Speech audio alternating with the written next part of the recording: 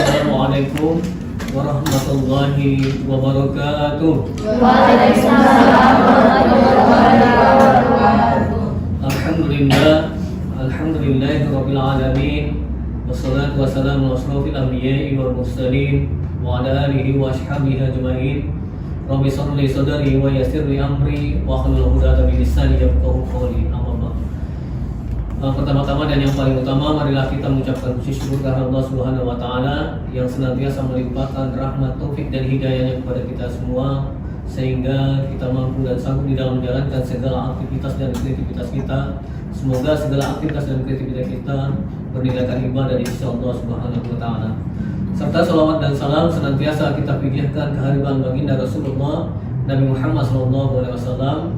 Itu marilah kita sama-sama membacakan salawat atas beliau.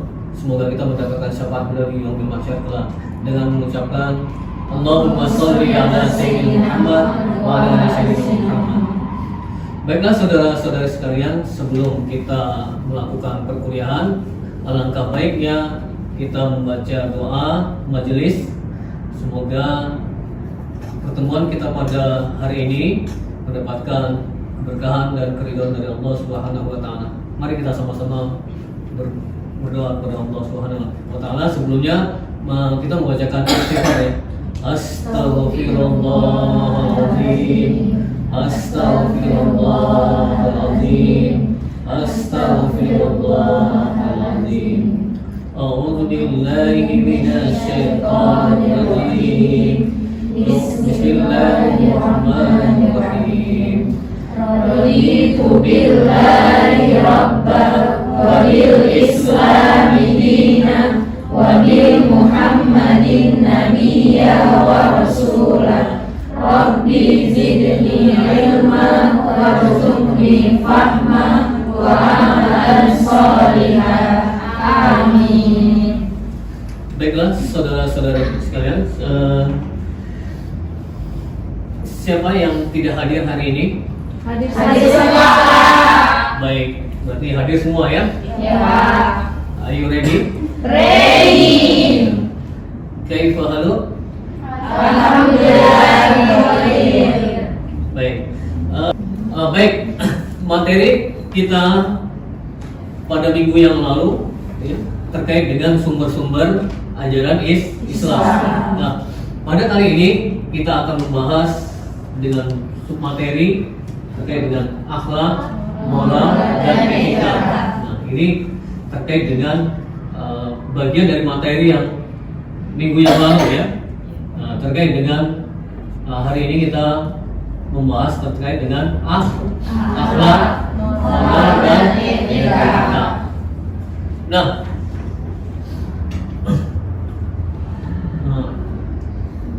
terkait dengan etika, ada yang tahu? Saya Pak, izin Pak menjawab. Ya. Menurut saya akhlak itu adalah watak, sikap, kebiasaan ataupun perangai seseorang yang melekat pada diri orang tersebut yang dilakukan dengan secara tidak sengaja. Iya, ya benar ya. Apa yang disampaikan tadi oleh siapa? Silvi ya. Jadi akhlak itu adalah ya, perilaku dan tingkah laku kita di dalam kehidupan ini, yang perbuatan yang disengaja, yang artinya tidak disengaja ataupun yang ketika kita melakukan perbuatan atau perkataan itu kan kadang bisa spontanitas gitu ya, spontanitas di dalam aktivitas kita, sehingga akhlak itu ya merupakan ciri khas dari diri seseorang, ciri khas dari diri seseorang terkait dengan tabiat, ya, perangai, ya, perilaku dan tingkah laku manusia itu. Ya. Karena Allah telah memberikan kepada yang namanya manusia berupa apa?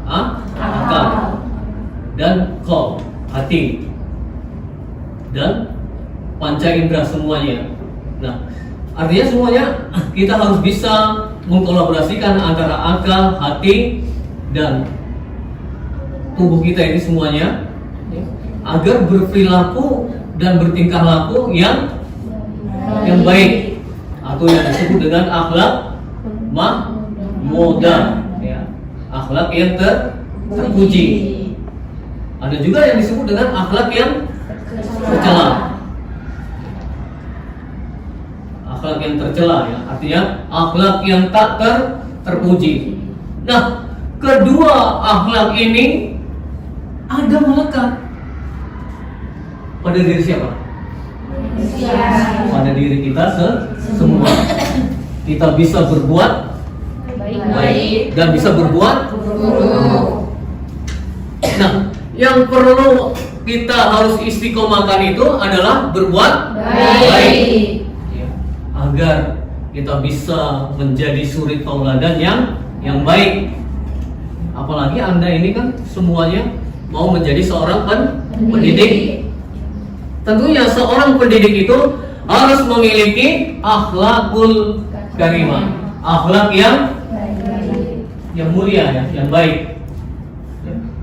Karena kita akan dicontoh, ya, segala gerak-gerik perilaku dan tingkah laku kita itu akan dicontoh. Siapa yang mencontoh? Anak murid, ya, atau siswa, ya, atau peserta didik, ya. Nah, jadi itulah yang harus kita tanamkan pada diri kita sebagai seorang pendidik, agar menjadikan diri kita itu suri tauladan yang baik kepada mereka, seperti suri tauladan ya Rasulullah SAW. Sebagaimana Allah berfirman di dalam surah Al-Ahzab ayat 21, Bismillahirrahmanirrahim. Laqad kana lakum fi Rasulillahi uswatun hasanatun liman kana yarjullaha wal yawmal akhir wa dzakarallaha katsiran. Telah ada pada diri Rasulullah suri tauladan yang baik, dan bagi siapa yang beriman pada hari akhir dan banyak-banyak menyebut nama Allah. Makanya di dalam langkah kita, di dalam gerak-gerik kita, perilaku dan tingkah laku kita itu harus selalu ingat kepada siapa? Allah. Selalu berzikir kepada Allah, ingat kepada Allah, sehingga kita akan terlindungi, ya, terperisai dengan adanya kita banyak-banyak mengingat nama Allah. Kira-kira apa zikirnya? Menyebut nama Allah. Afdhalu zikri fa'lam annahu la ilaha illallah. Sebagai zikir yang afdal itu adalah zikir la ilaha illallah. Bisa kita ungkapkan zikir kita itu subhanallah walhamdulillah wa la ilaha illallah wallahu akbar. Nah, hal ini, perilaku ini adalah salah satu tingkah laku atau perbuatan akhlak yang mahmudah, ya, kepada siapa? Sang Khalik, ya, kepada Allah Subhanahu wa taala. Ya, itu.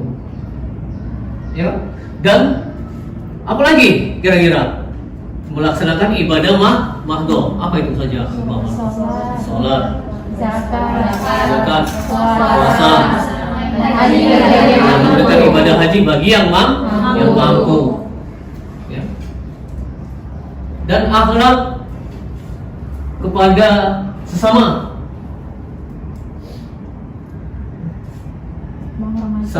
kepada orang tua. Iya, kepada kedua orang tua kita yang telah memberikan kasih sayang kepada mereka, kepada kita, ya kan, dengan penuh kasih sayangnya, memberikan fasilitas, sarana dan prasarana. Baju kita siapa yang belikan? Orang tua. Biaya Hidup kita siapa yang berikan? Orang tua. Siapa yang melahirkan kita? Orang tua. Ibu. Begitu besarnya jasa ibu kita yang telah melahirkan kita, yang telah mengandung kita selama berapa lama? Ya, 9 bulan 10 hari. Ya. Di mana-mana kita dibawanya. Begitu sayangnya. Ya. Dibawa kemana? Mana-mana ya kan? Nah, ketika kita masih di alam rahim, alam kasih sayang, kita sudah diajarin enggak sama kedua orang tua kita? Sudah. Kalau ibu kita rajin membaca Al-Quran, kalau ibu kita rajin melaksanakan ibadah sholat, ya kita ikut sholat. Kalau ibu kita baca Quran, kita ikut baca. Makanya nanti kalian kalau mau jadi ibu-ibu, ya ketika mengandung banyak-banyaklah berbuat amal ya. Berbuat amal kebaikan agar anak kita yang kita lahirkan nanti menjadi anak yang soleh dan solehah. Apa doanya? Robli habli minas solihin. Robli habli minas solihin. Robli habli minas solihin. Ya Allah ya Tuhanku, agar anakku jadikanlah anak yang soleh. Ya.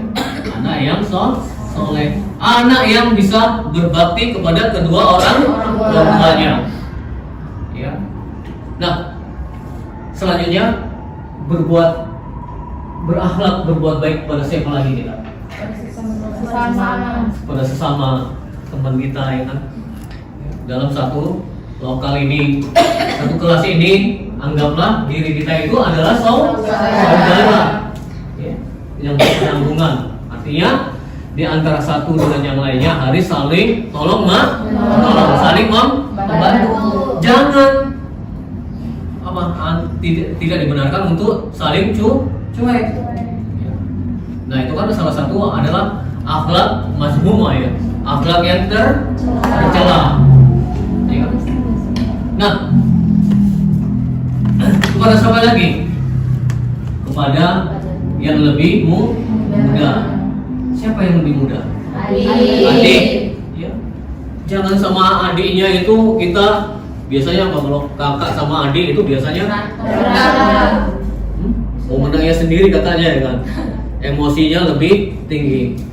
Udah ngerti masih adiknya itu masih balita, bayi 5 tahun ya kan. Dilawaninya. Benar gak itu?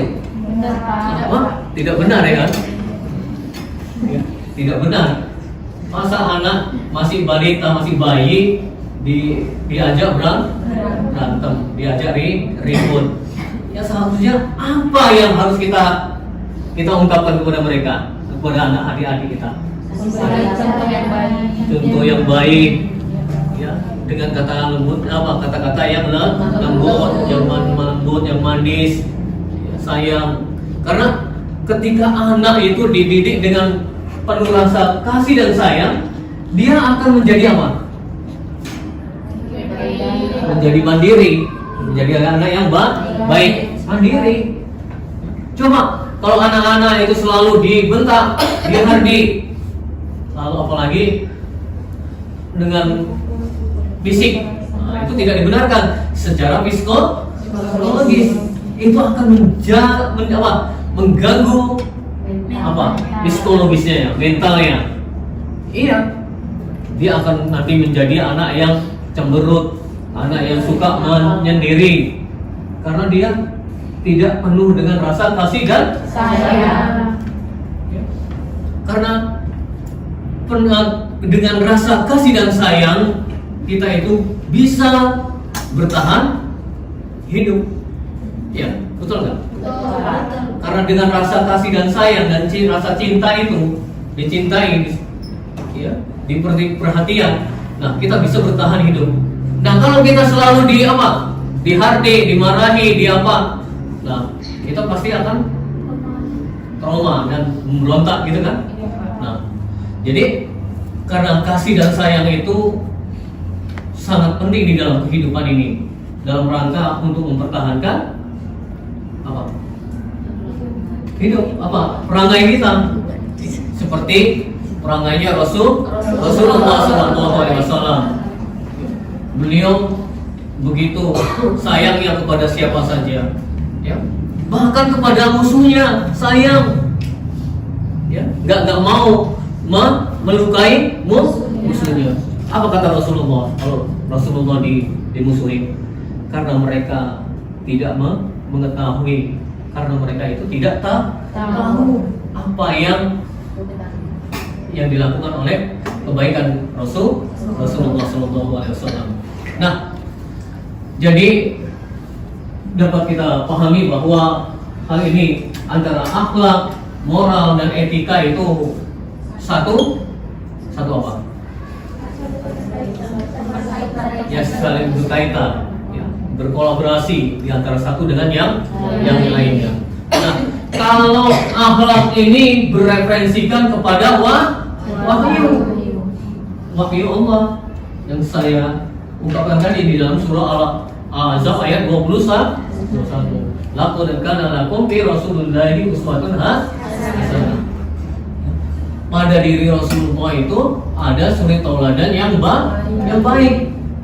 Oleh karenanya, marilah kita mengikuti suri tauladannya Rasulullah. Bagaimana mewujudkan rasa cintanya kita itu kepada Rasulullah? Iya, mengikuti sunnahnya. Terus apa lagi? Menjauhi larangannya, mengikuti perilaku dan tingkahnya Rasulullah. Dan satu hal lagi, ya. Bacalah sirah nabawiyah. Dalam artian takut kita melanggarnya, ya. Takut akan sanksi yang akan Allah berikan. Namun segala perbuatan kita itu pasti akan kita pertanggungjawabkan.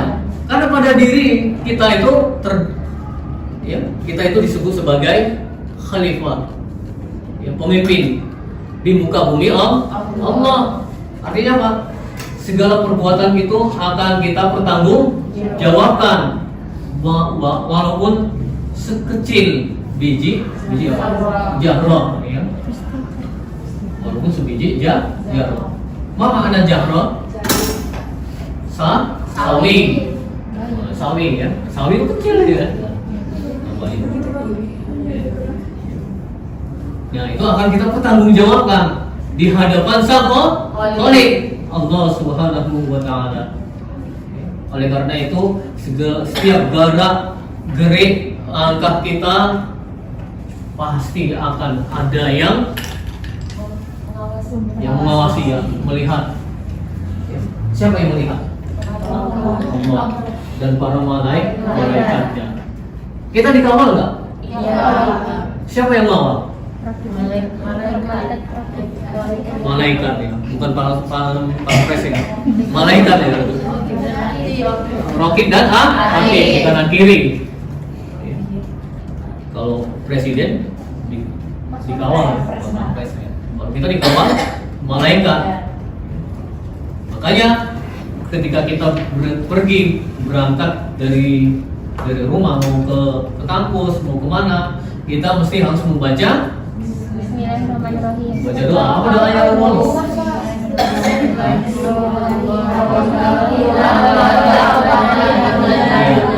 Lalu membaca ayat kursi.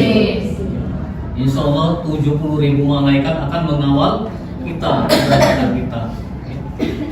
Nah, itulah yang harus kita pahami, ya, yang harus kita renungi, bahwa segala aktivitas dan kreativitas kita itu ada yang melihatnya. Nah, hal ini terkait dengan akhlak kita, ya, baik itu kepada sahalik, kepada sesama, kedua orang tua kita, adik dan abang kita, kakek dan nenek kita, paman dan tante kita, ya kan?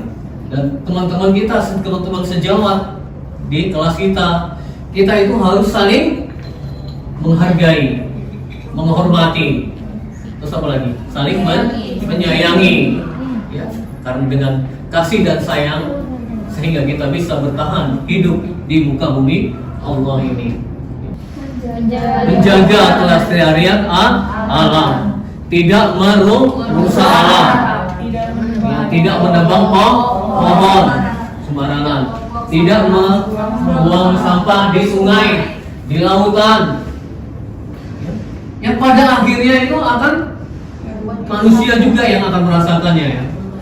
Seperti kejadian pada saat sekarang ini di Sumatera, ya, di Aceh, Sumatera Utara, dan di Padang, Sumatera Barat telah mengalami kebanjiran.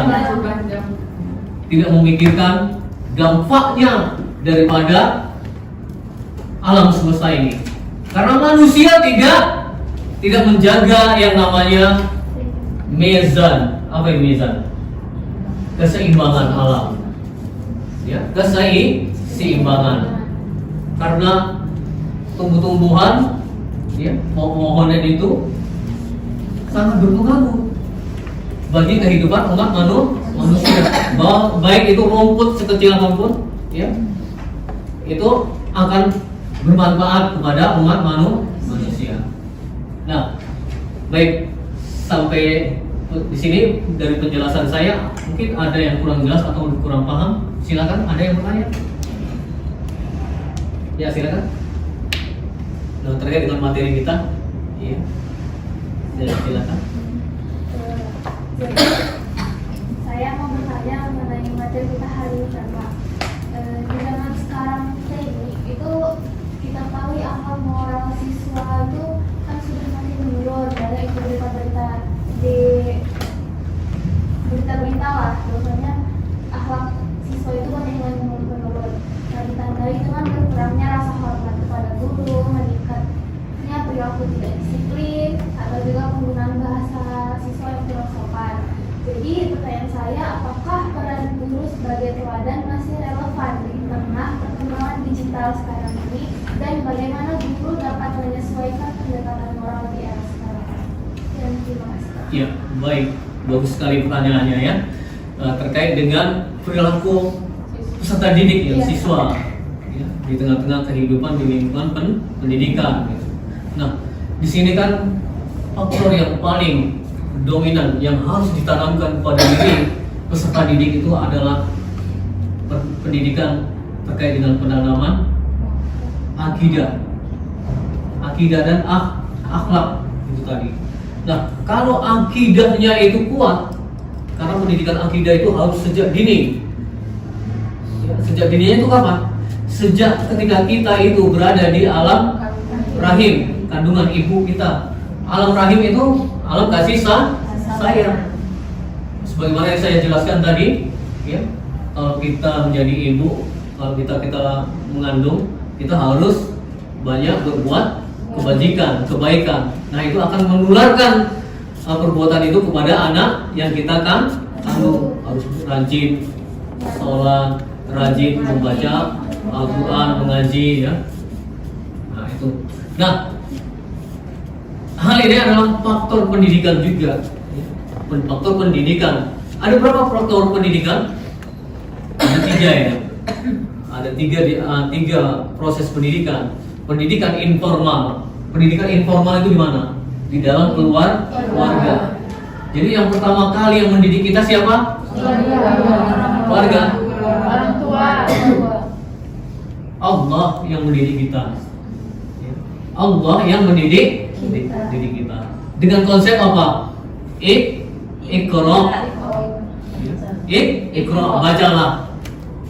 Surat Al-A'la, ya. Wahyu yang pertama kali yang Allah turunkan kepada Rasulullah SAW di mana? Di Wahira. Karena dengan bacalah kita bisa memahami. Dengan memahami kita bisa mengaplikasikan. Jadi kata kuncinya adalah membaca. Jadi anak itu harus diajari membaca. Baca apa? Membaca Al-Quran dan membaca buku, sehingga pola pikir atau mindset peserta didik itu bisa apa? Bisa paham, ya, bisa memahami terhadap dan bisa memahami akan keberadaan dirinya sebagai insan. Ya. Nah, tentunya hal ini dapat kita pahami bahwa penanaman akidah itulah, ya, penanaman akidah di dalam keluarga itu pun terkait dengan pendidikan agama itu sangat berpengaruh kepada mentalitas anak secara psikologis, ya. Jadi pendidikan agama di dalam keluarga. Yang kedua, pendidikan formal. Di mana itu di sekolah. Bagaimana pendidikan agamanya di sekolahnya itu? Ya, nah itu berpengaruh juga. Dan bagaimana pendidikan di luar sekolah?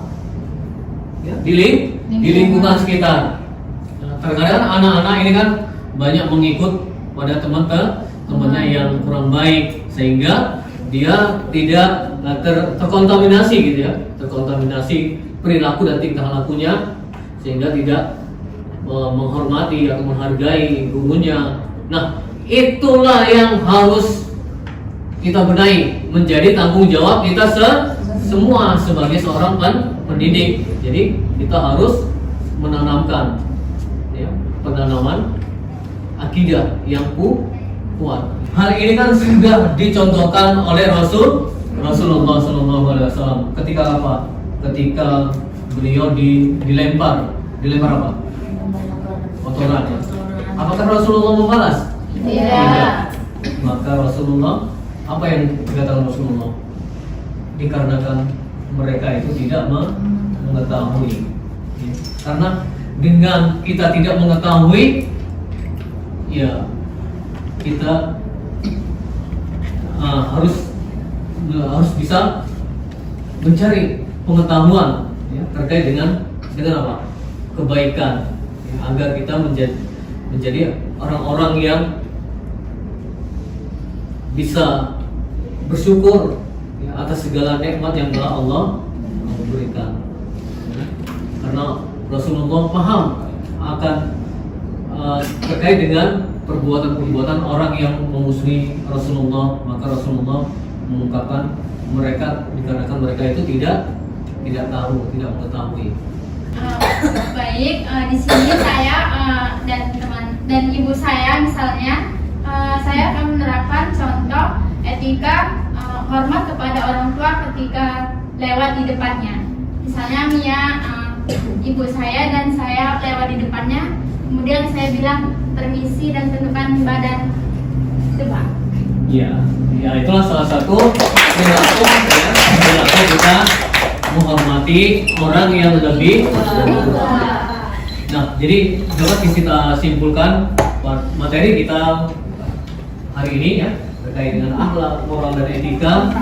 Jadi kita harus, ya, mengikuti sunnah Rasul, ya, terkait dengan perilaku dan tingkah laku.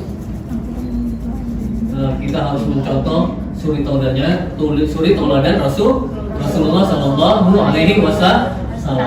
Baik, nah, terkait dengan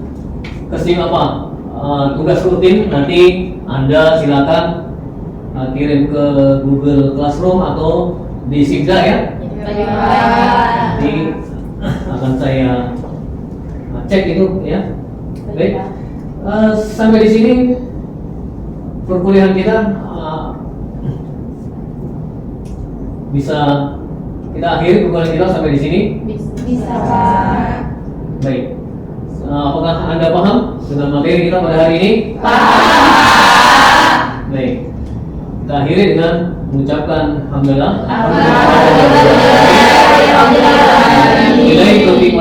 Assalamualaikum warahmatullahi wabarakatuh. Waalaikumsalam.